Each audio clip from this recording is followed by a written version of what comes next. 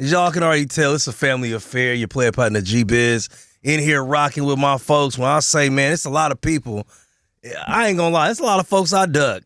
I don't answer the phone for everybody, but anytime these brothers tap in with me, I make sure I get right back with them. Shout out to the Mekanix, man. We talking about some real legends. Yes, sir. Yes, sir. How y'all brothers doing, man? Salute to man, we can't complain. How you doing, bro? Man, blessed and breathing. I got my family in here. Yeah. Shout out Q, man. Yeah, my son in here beating up his crackers. You feel me? This is dope. It's a family affair. It is. Shout out to the boy C-Mac back here making sure we good. What up, C? My guy Dummy Bear over here with the movement. Yeah. So it's real official up in here, bruh. Yes, sir. So, again, for anybody who might be living under a rock, if y'all ain't heard of the Mekanix, let them know what y'all do. We are producers from Oakland, California, East Oakland, California, to be exact. Our resume goes back quite a long time. We've been instrumental in a lot of music coming from this area. A lot of artists, a lot of memories, a lot of. I'll say, bro. Yeah. And y'all got the longevity too. That's the thing, because it's not just like a lot of folks had them one-offs. Yeah. Everybody will have a spurt. You feel me? A nice little 100-yard dash. Mm-hmm. Y'all be running the 400. Yeah. I'll say y'all brothers y'all done made a life in this music game. So for somebody who's a young producer who's like, man, it's hard trying to figure out how to get in. How do you explain to me? Talk about your longevity, bro. What's really helped y'all along the way? Just having a sound, having your own sound, and just staying hungry, staying working, giving ourselves goals. Yep. Something to work towards, and just staying consistent. Yeah, cause y'all work, when you talk about a sound, y'all sound is very distinctive. I always say that. Anytime, even if I don't even hear the drop, I'll be like, oh, that's a Mekanix beat. Anytime you hear the Mekanix, bro, I'm telling you, Friday night in East Oakland, bro, any corner you turn down, you gonna hear that slapping. Right. You feel me? Yes, sir. Yeah, bro. And so especially like talk about how integral y'all have been in a lot of cats out here in terms of their development in hip hop, bro. Well, passionately, we just we really, really love the music, bro. So we don't really try to outshadow anybody. We just really try to play our part. Very true. So we one part of the musical equation. We're the music. Artist wise, we get behind what we think is super dope, and we just try to show and prove, you know what I mean, and let the artists really dictate the direction of what's going on. Yep. But most importantly, we team players. Mm-hmm. You know what I mean? So I hear that. I feel like for a lot of folks who still question, kind of like, has Barry done anything after Hyphy? Has Barry got away from Hyphy?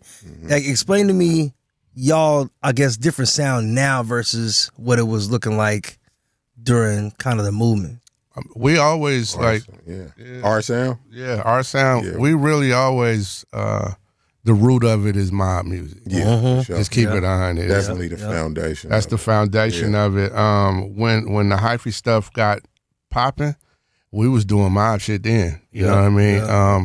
But because I think the tempo was a little slower than what hyphy was. Hyphy had a lot more energy. Yep. So that had the dance floors kind of going crazy and the DJs going crazy. So they kind of steered more towards the tempos and the energy.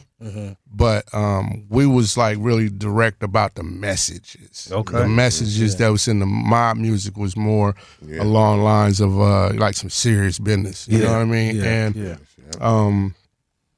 I don't know. You want to take it from there? Or? About the sound?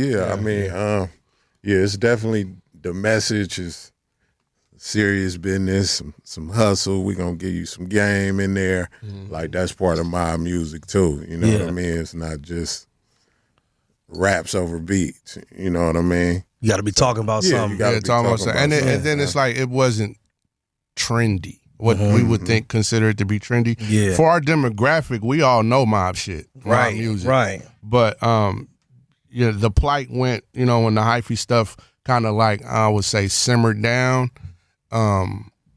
we was still doing mob shit, and then all of a sudden you got the Mozzies with June on the beat. You got other brothers who was able to use that same I could say style, that same foundation to get footing in the game, and it brought the mob shit full circle.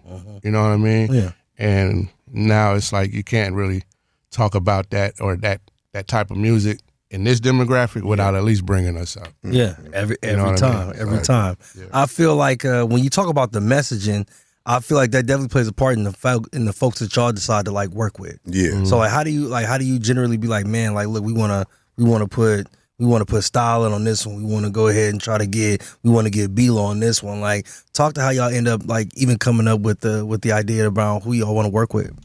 It's just like really the music kind of tell us that. We kind of got a good ear for that. Like we could hear certain artists over certain beats, so it don't really take long either. We could listen to a beat and be like, oh, B-Lo sound good on this one, or styling to sound good on that one.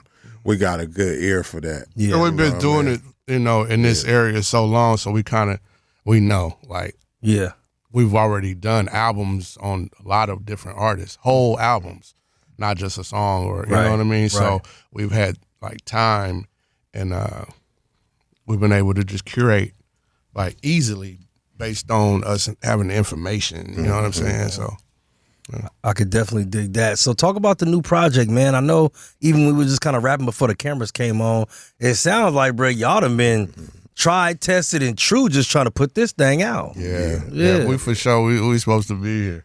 Yeah. Because we went through, this has been the hardest project to put out in our whole career. Catalog, for sure. Yeah. We went through everything since the pandemic.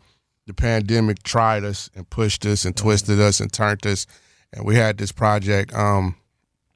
But we always talk about alignment. Alignment is crazy how everything aligns, because our biggest album to date was called Under the Hood, and we put it out in 2016.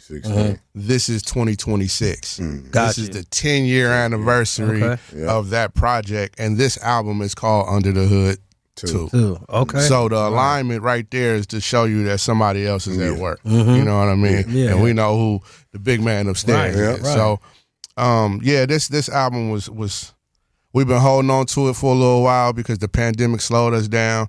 Like as everybody know, I had a health scare. We lost Pops. You know what I'm saying? And we just been trying to hold on, trying to get to a release date. And the reason we're here today is because we finally have a release date. Yeah. April 3rd. Under the Hood 2 will be available on all streaming platforms. Yeah. There you go. And we dropped it actually about a month and a half ago exclusively on even.biz just to directly to the consumers. Yeah. For people who wanted the project early.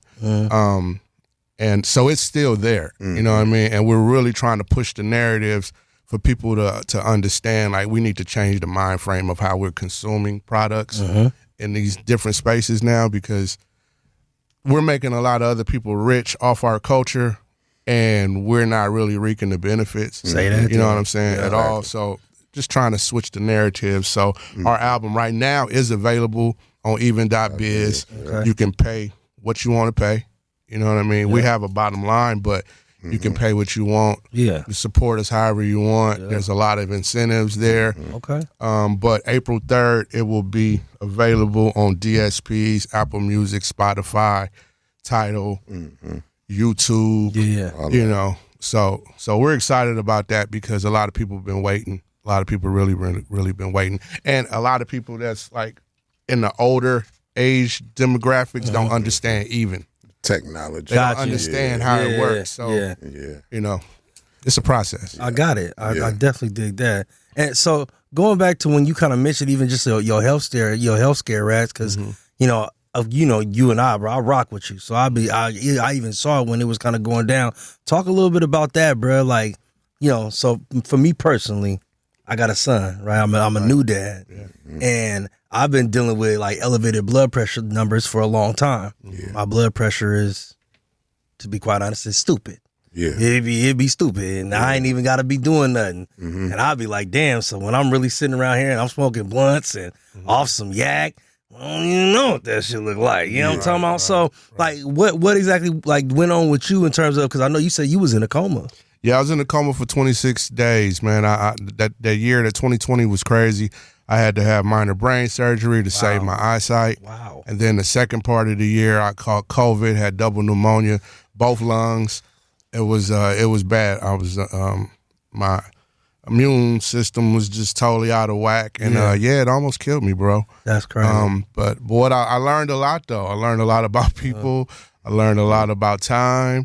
I learned a lot about love, you know, and procrastination. You know, I learned a lot. So, you know, it brings me to this place of urgency.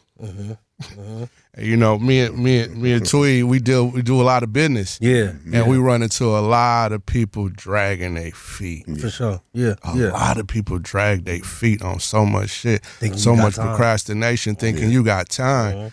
And after you come back from what I just came back from, I ain't got no time to play. Right. And we ain't got no time to play. Not at all.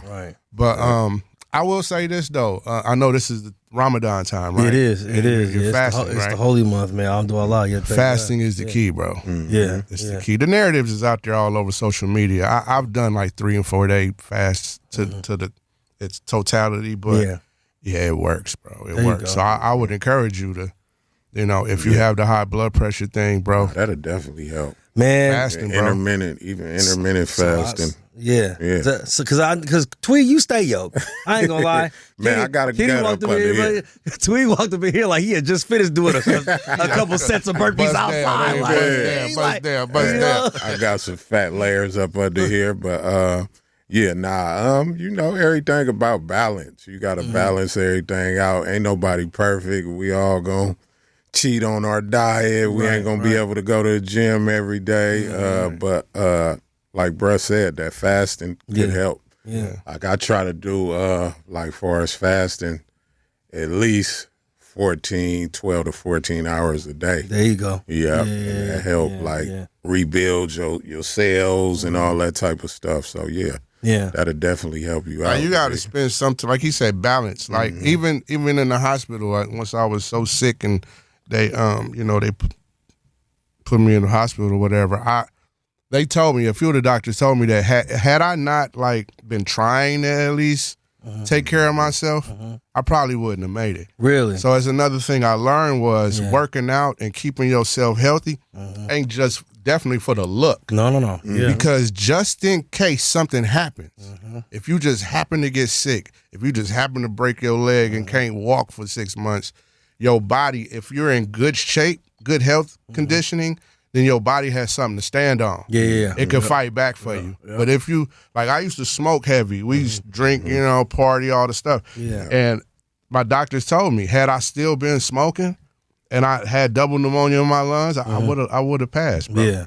So me and Twee stopped smoking like 10 plus years ago. Something like that, right? About 10 years ago. I lost sight of the date, but we celebrate that now. You know what I mean? Like we don't smoke no more. We don't. You know what I mean? That's real. Because I remember, I think, what was it? I think it might have been probably at the Erykah Badu concert. Probably was the first time I had seen you in a while. I was like, damn. Oh, yeah. I said, Rax is slimmed down a little bit.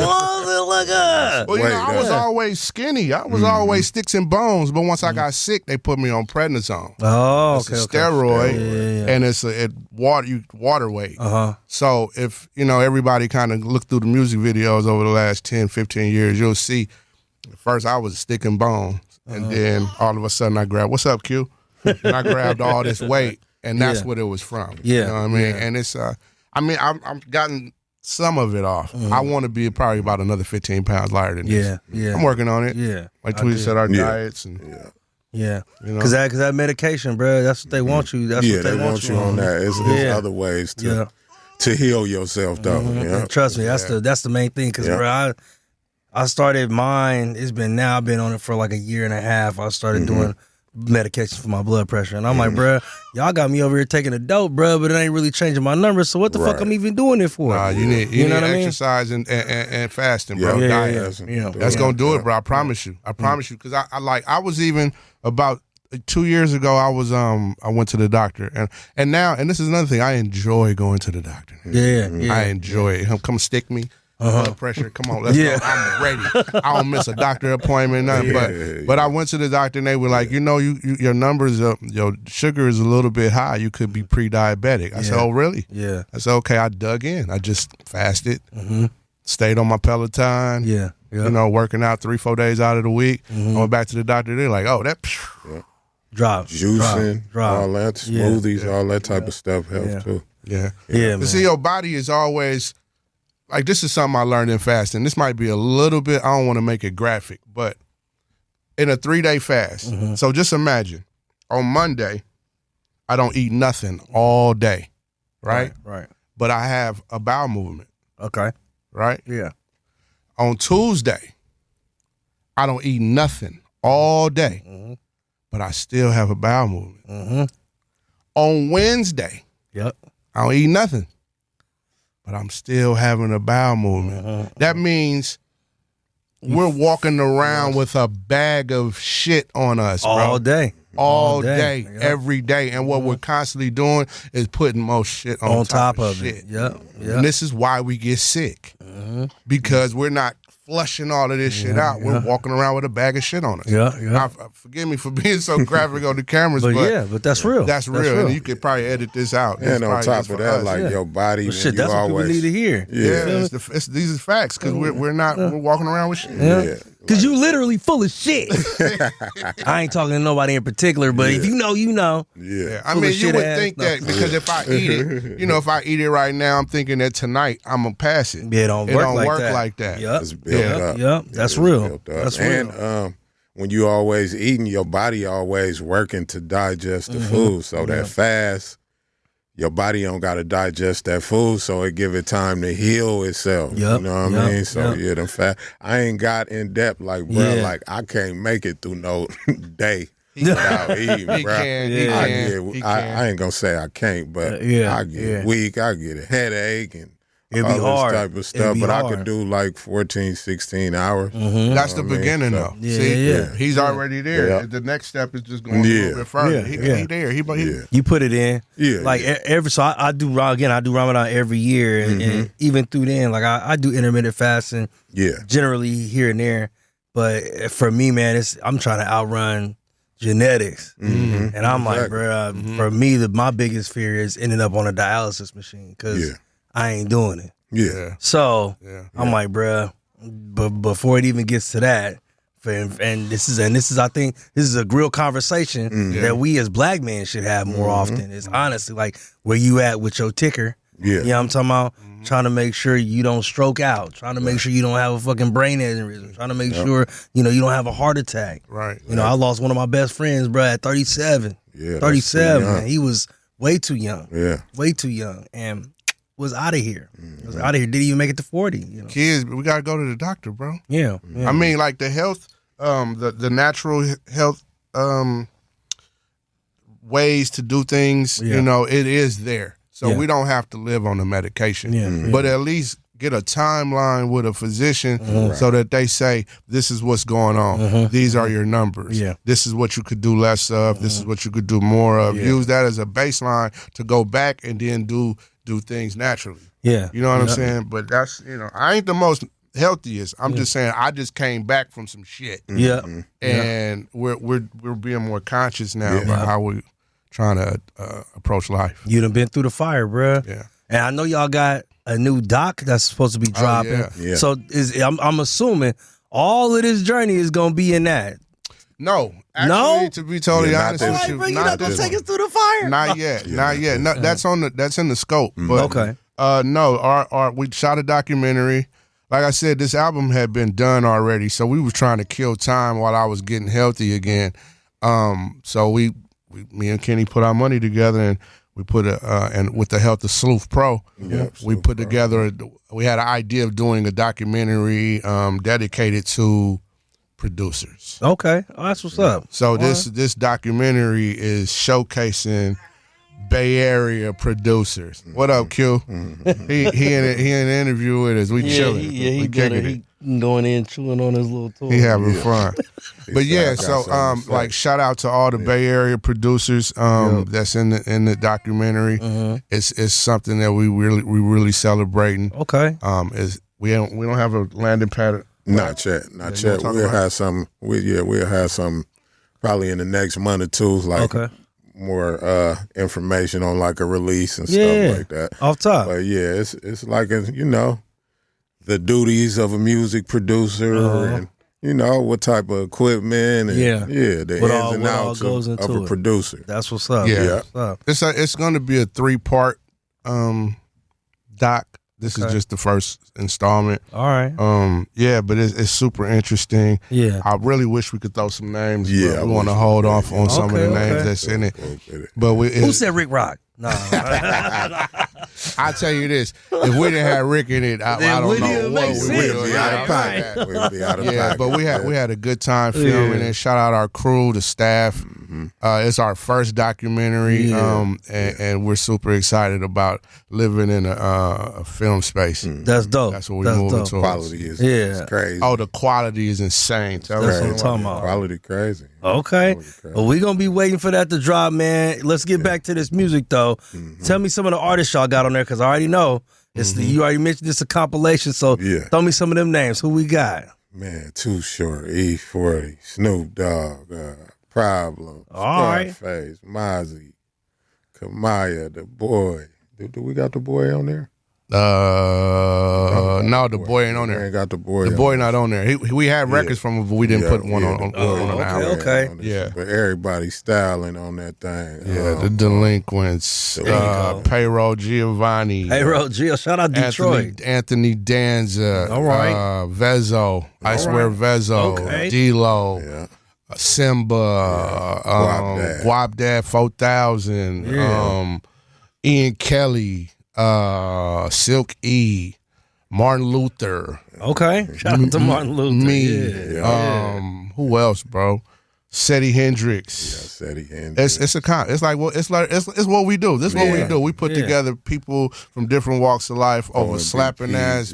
Yeah, on B Peasy, Keek the Sneak. All right, shout out Peasy. Bro. It's lit. It's hard. Bro. Okay. It's lit. Well, there it is, April 3rd. Yes, April 3rd. Right. Under the Hood 2. Under the Hood 2. And be on the lookout for the documentary. It's called Meet the Producer. Yeah. There we go. But if you want it right now, you could go to Even Biz right now and get the album early. So lock in, don't sleep on it. Man. Yeah, right. This is like the clock is ticking. We have about when this gonna air. You know when this gonna air? You don't know. No, I mean, hopefully within the next 30 days, 20 days. Okay, so the clock is ticking. Yeah. But in the meantime, in between time, go to even.biz. Get familiar with this new way of consuming artists' music and supporting that way, because there's a whole generation of kids out there that never actually went in their pocket and bought music. That's true. They've never even seen that. You know what I mean? They just know $10 subscriptions and whatever. And